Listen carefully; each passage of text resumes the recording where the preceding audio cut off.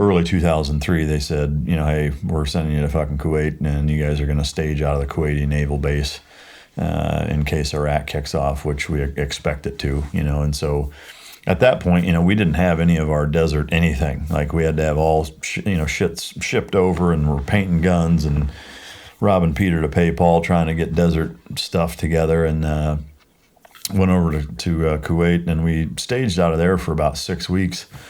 And, hearing the stories of the staging for the Bin Laden raid is actually kind of similar in that we had, a solid almost 2 months, and we had the whole oil platform staked out in the fucking sand, because it was 1,600 meters long, which I don't think people realize how big of a fucking target it was. It's 16 football fields, that this whole target consisted of that we had to take down. And so we practiced, the actions on the objective for that over and over and over for 6 fucking weeks before we hit it. No shit. Yeah, so we were, to say we were, from a CQB and room clearing standpoint, our platoon was as well-oiled as any fucking SEAL platoon could have been. You guys had every fucking detail, contingency, all of it was mapped out? For the most part. Where it was a little shaky was the intelligence coming in for that mission was, and I was the intel rep, it was not very easy to corroborate what was accurate or what we thought was accurate or not, because it was very conflicting.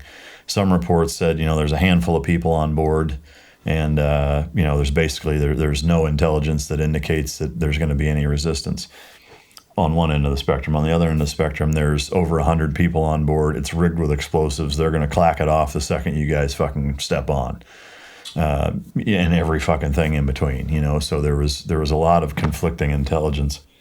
And, do you have any idea how many different sources they were running for that? Or it was mostly 4, which I can't name which 4, but there were 4 that we were working with predominantly, and even within those 4, it was changing. One day it would be this, and then it's like, no, there's more people, now there's less people. They've got anti-aircraft artillery pieces on board. They have fucking we see that there's pipes rigged with explosives. My AOIC, the assistant officer in charge or second in command, and I jumped on a helicopter and flew above it, hanging out the fucking window, taking pictures with our most powerful digital cameras at the time, which, again, this is 2003. Yeah. A lot of technology has transpired since then, so it wasn't great, and it was super fucking overcast, so we didn't get great intel, but it was kind of a neat op that way, and that it was, a little bit of an offshoot from some shit that we would normally do. But so we took a bunch of pictures of that, came back, and really ultimately determined that there are at least a few dozen people on board, and we've had multiple reports that there are explosives on board, and that there's a good chance that certain pipes are rigged to blow if we try to take it down. So that was kind of the final picture that was painted for us as we were getting ready to take this thing down. Now, at the same time, there was a manifold and metering station on the coast, which was about 25 miles away from where the GoPlat was. And all of the rest of SEAL Team 3 was tasked with taking that down at the same time. There was a problem with, this 26 miles of pipeline. They're 48-inch pipes, and there's 4 of them, and they're filled with oil. So if they were to blow, either end or the pipes, and that amount of oil spilling, it would have been like 30 Exxon Valdez spills worth of oil in the Gulf, and we would have been, the bad guy because it was our fault and blah blah blah. So it was imperative that the entire team was, working in cahoots with one another to be able to take all of it down at the same time. Yeah. Which, as you can imagine, is a hell of a logistic undertaking. Yeah. But so we managed to, we get ready to do it. We took Mark 5s out for a ways, and the ribs followed us.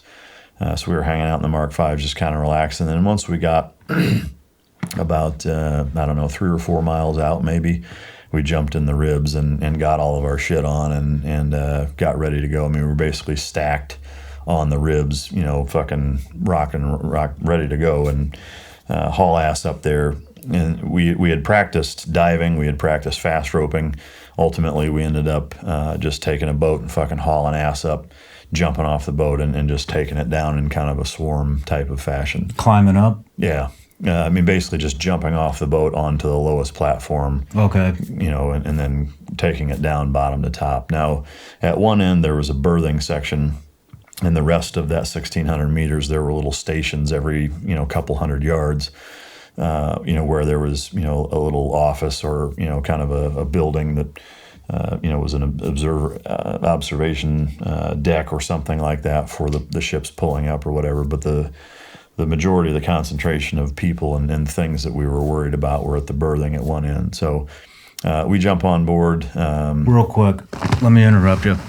So how many different elements are there between the pipeline and the platforms? I mean, it was really all one big fucking thing. So, okay.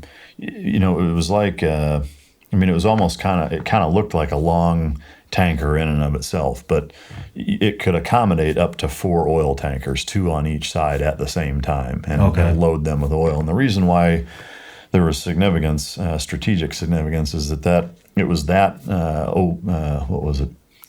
Maybot and Kayat. It was the Mina Al Bakr oil terminal was the name of the facility. How the fuck I remember that, I don't know. But so 4 tankers would come up there, and that's where Saddam was, you know, fighting or going against the embargo and smuggling oil, even though, you know, there were sanctions against his country to be able to sell oil. That's where they were doing it from, was from that terminal. The Kayat, the Khor Al Amaya oil terminal, was completely empty, and the Gram guys took that down at the same time that we were doing it. But we knew that there was nobody on there, and that's the target. They just wanted to make sure it was secure so nobody could come on and fuck with it. So we jump on board, and there ends up being, I want to say, 26, you know, and whatever you want to call them, enemy fighters on board that were a mixed bag of Iraqi intelligence, Special Republican Guard, Navy, you know, and kind of a handful of other people that just had different roles in Saddam's military.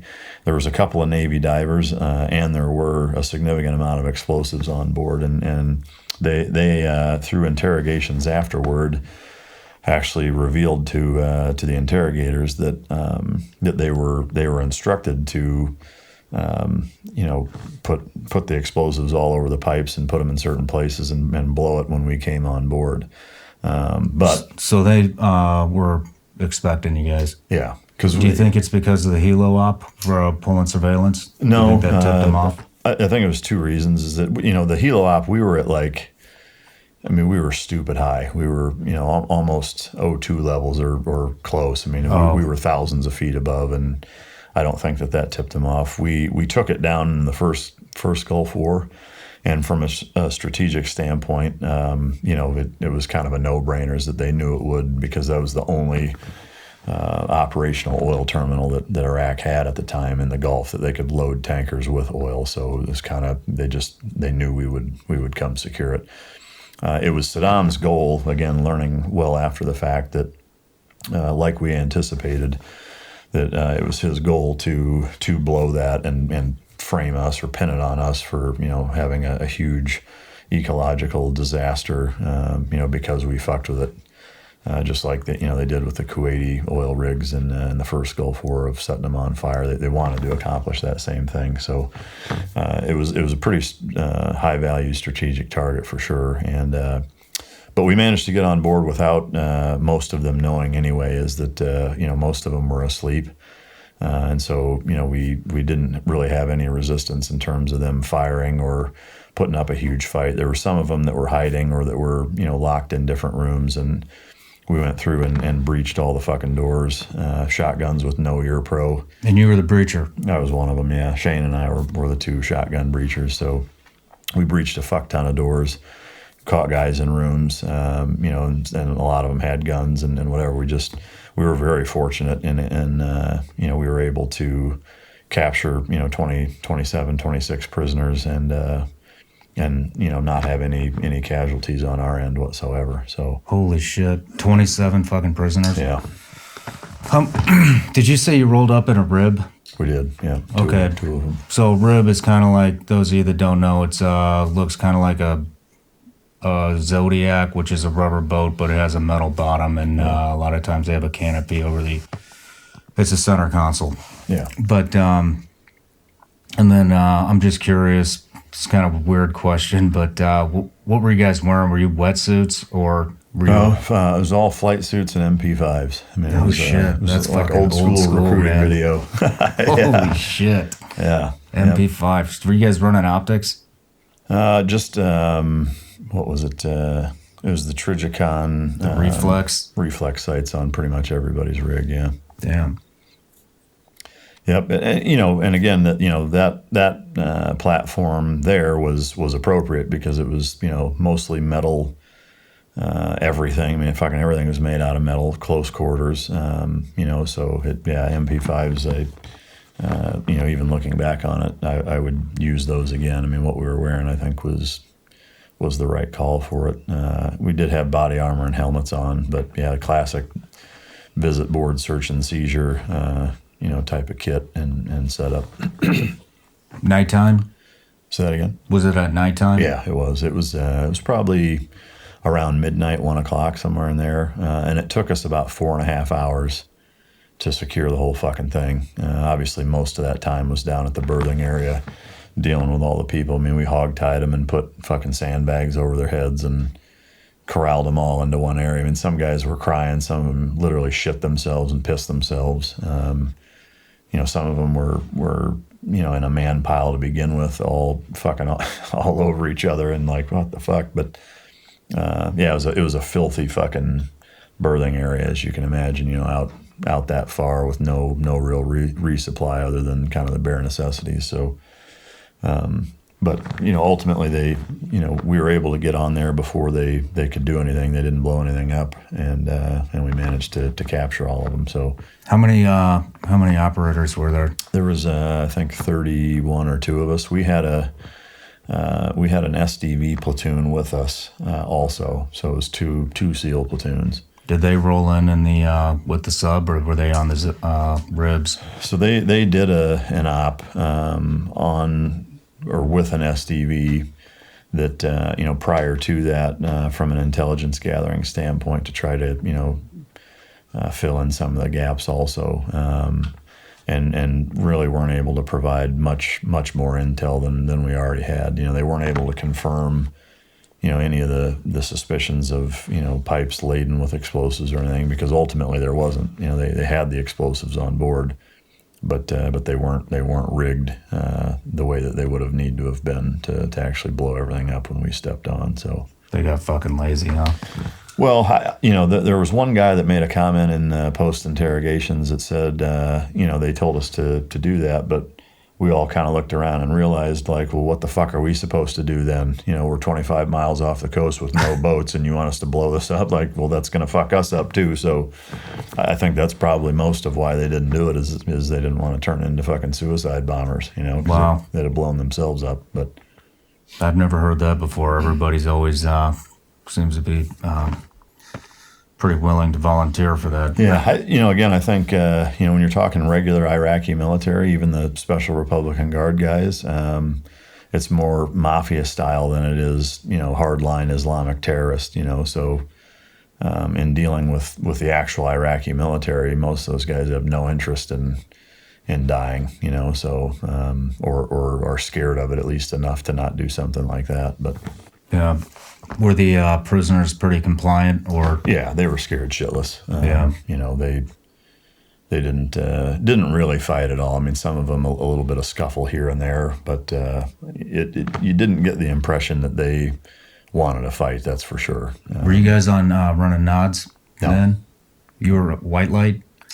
I mean, there was enough light there already that we just didn't need them. We did have white lights, and there were parts of the berthing where we used it, like some bathrooms that were dark, or some sections of it that were lower lit that we white lighted a little bit. But I mean, then not even all of us had fucking nods. In terms of a two or a binocular setting. Like I had a fucking, I think it's a PVS 14. The monocular fucking you know, I had to do some driving with a fucking monocular for a while, you know, so we were I think under outfitted a fair bit, but damn, it's fucking crazy how far yeah, everything's come, you know. It's relatively short amount of time. Yeah, I mean, there were, you know, once we went in country, we were in 4 Humvees. None of them were armored.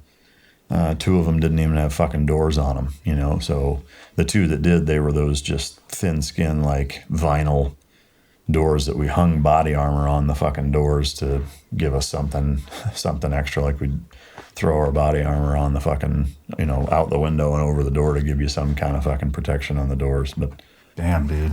Yeah. So is that where that op ended, or?